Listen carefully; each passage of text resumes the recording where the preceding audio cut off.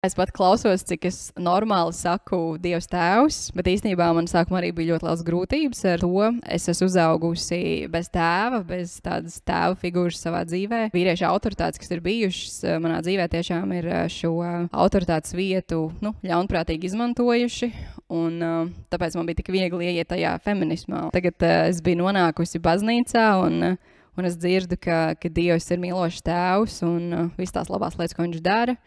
Man bija tāda sajūta, ka jums ir, tas ir priekš jums, jums ir tēvs, bet ka tas kaut kas tāds, kas man nepienākās, kas nav man.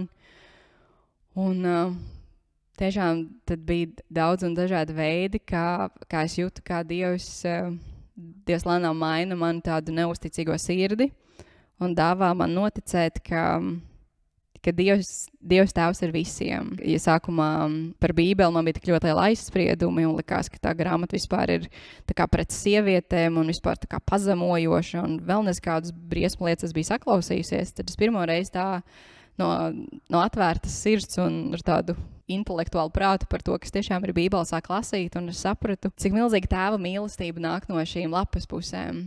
Kad Dievs saka, ka viņš mūs pazina, pirms mēs tikām radīti, kad Dievs mūs svētīja, pirms mēs pametām mātes klēpi. Viņš ir darinājis manas mātes miesās, un kad katrs mats uz manas galvas ir saskaitīts, un neviens no viņiem nekrīt zemē bez Dieva tēva ziņas. Un, tad šie vārdi man sāk pārliecināt, ka tas nav tikai dažiem kaut kādiem individiem domāts, bet ka tas ir visiem cilvēkiem, un arī domājot par to, kā rodas cilvēks, ka īstenībā tur ir tāds ļoti sarežģīts process, un tas nav nemaz tik vienkārši radīt dzīvību, un tā kā, ja Dievs ir jūs radījis, viņš ir vēlējies, lai jūs tiktu radīti.